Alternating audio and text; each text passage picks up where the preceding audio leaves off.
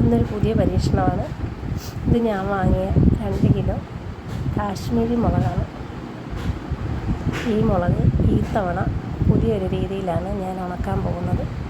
നന്നായി കഴുകി വാരിയതിന് ശേഷം ഇതൊരു നൈറ്റിയിലിട്ട് നൈറ്റിയുടെ 2 ഭാഗങ്ങളും നന്നായിട്ട് കെട്ടിയിടുക.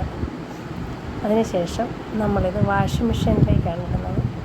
വാഷിംഗ് മെഷീനിലിട്ട് എന്ത് ചെയ്യാനാണെന്ന് വിചാരിച്ചാൽ ഇത് എയർ ഡ്രൈ ചെയ്തെടുക്കാനാണ്. മെഷീനകത്തിട്ട് എയർ ഡ്രൈ ഓൺ ചെയ്യാം നമുക്ക്. അതിനായിട്ട് നമുക്ക് 30 മിനിറ്റ് സമയം വേണ്ടി വരും. നമ്മൾ ആ 30 മിനിറ്റ് ഇത് എയർ ഡ്രൈയിൽ കിടന്ന് കറങ്ങട്ടെ. അതിന് ശേഷം നമുക്ക് ഈ മുളകെടുത്തിട്ട് വെയിലുള്ളപ്പോൾ വെയിലത്തിട്ട് നന്നായിട്ട് ഉണക്കിയെടുക്കാം.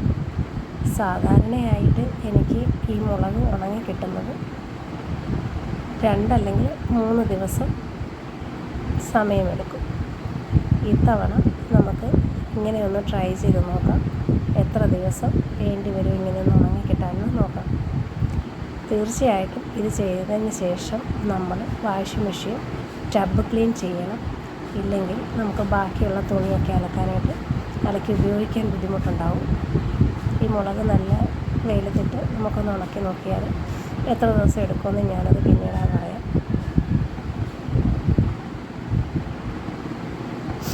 നമ്മുടെ മെഷീൻ ടബ് ക്ലീൻ ചെയ്യുന്നതിന് ഏകദേശം 2 മണിക്കൂർ സമയം വേണ്ടി വരും.